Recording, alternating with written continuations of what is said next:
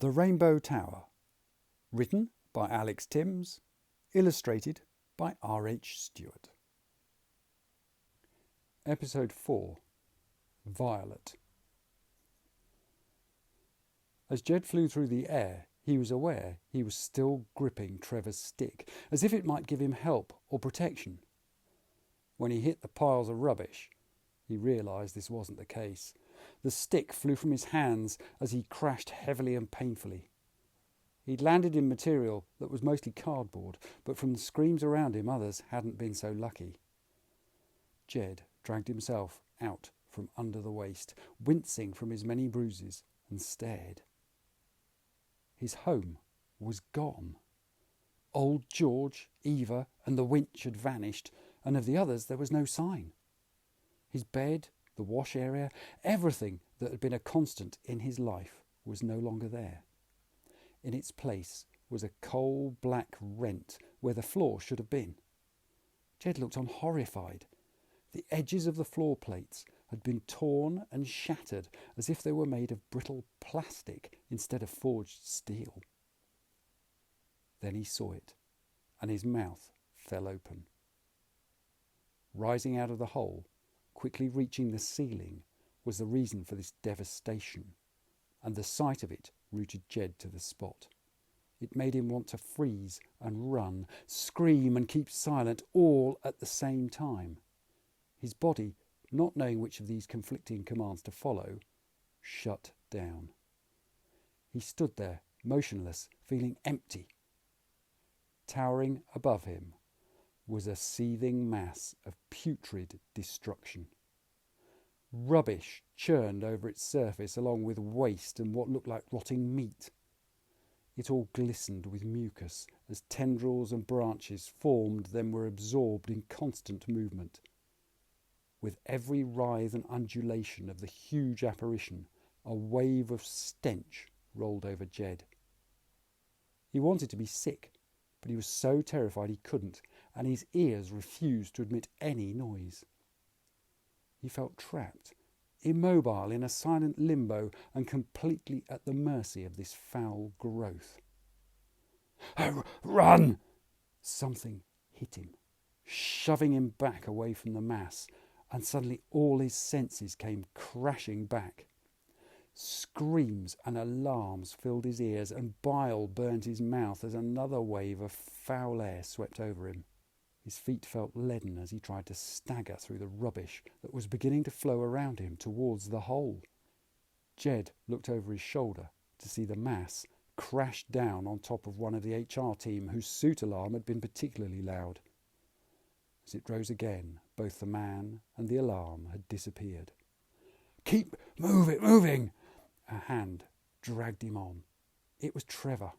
What is that thing?" Jed asked, spitting the foul taste out of his mouth.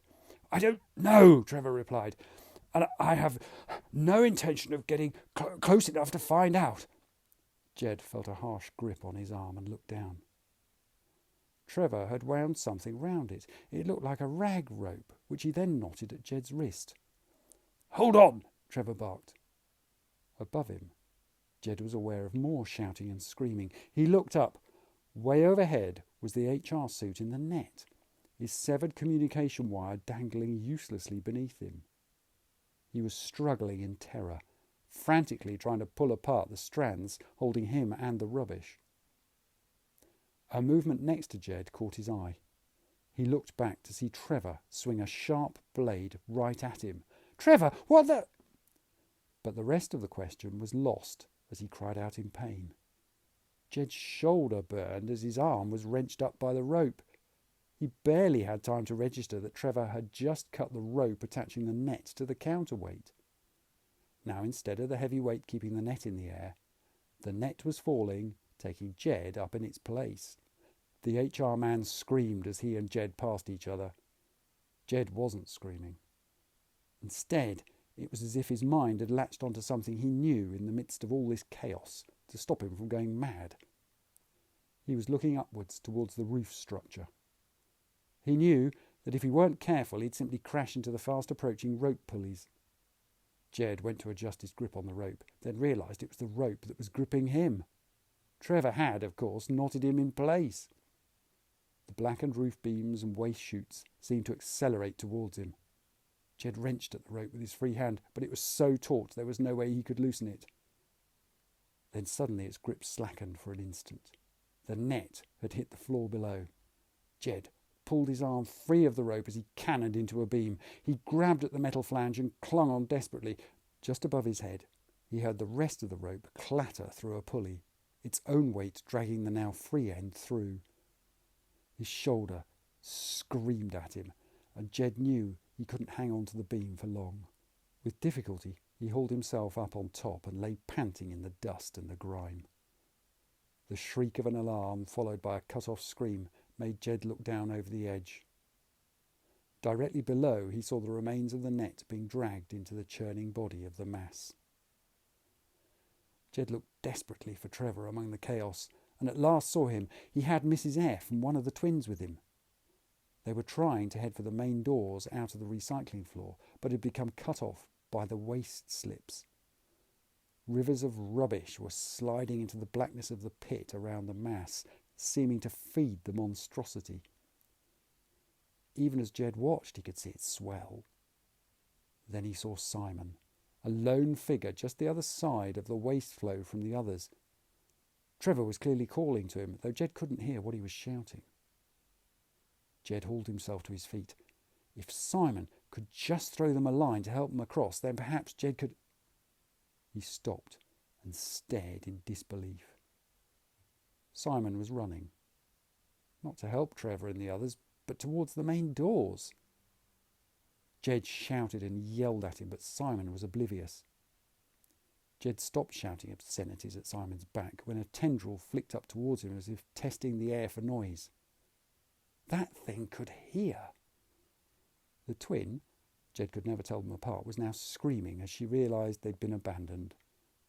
The mass left Jed and flicked tendrils in her direction instead.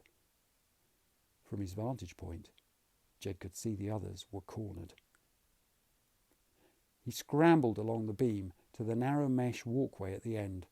He was so angry he nearly missed his footing, wobbling precariously as he repeated to himself over and over again that he was not going to be like Simon, that he would never abandon anyone, that he was not like his parents. Jed slapped his hand on the nearest chute and cursed. He moved swiftly on, touching each black opening in turn, each time feeling increased disappointment and desperation. Far below, Trevor and the others were being stalked. Mrs. F was trying to quieten the youngster, but the twin was distraught. At last, Jed found what he was looking for. His hand trembled as it sat against the metal, the telltale vibrations increasing as the waste hurtled down the pipe towards the opening. He put his ear to the chute and heard the rumble. This was going to be close. Jed grabbed the chute's chains and dragged its gaping mouth sideways. Below, the mass began to swell and rear over the tiny group. Jed wrenched on the chain as the chute began to shake and judder. He had to do it. He had to. The chain almost bouncing out of his hands, Jed felt the chute clunk into place. "Move!" he yelled to them, waving his hands over his head, as with a deafening roar, rubbish spewed out of the chute. The whole gantry shook, forcing Jed to cling on for all he was worth. Trevor and the others ran as a mountain of refuse rained down onto the mass. Jed whooped and shouted as it was buried. He'd done it!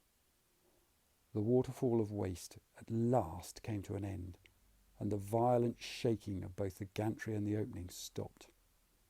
Exhausted, Jed leant back against the chute, wincing as he put pressure on his shoulder. He even allowed himself to close his eyes. To have the lattice work around him explode nearly made him die of fright. He dived forward just in time as the chute behind him was flung sideways into the space he'd just vacated. Jed ran for all he was worth as metal sheared and more of the huge chutes were torn from their mountings. They flew around him, taking much of the structure with them. As he ran, Jed gagged. The stink told him what was after him. The mass wasn't finished as he'd presumed, but was now after him.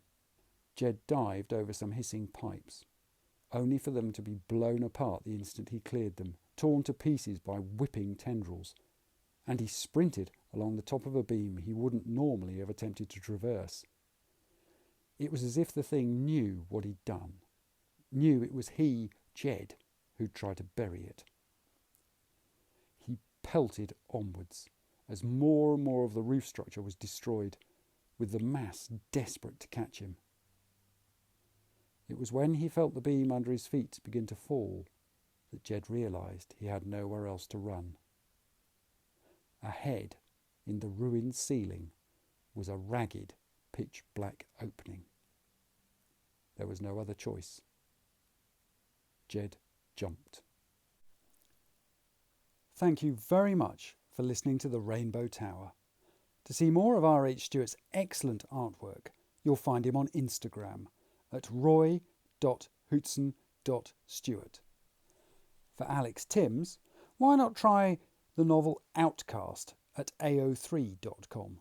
Or, for something completely different, check out the Amier series on YouTube or at amier.com, also by Alex Tymms. The Rainbow Tower. Text copyright Alex Tymms. Illustrations copyright R H Stewart. The right of Alex Tymms and R H Stewart to be identified as the author and illustrator of this work has been asserted in accordance with the Copyright Designs and Patents Act 1988.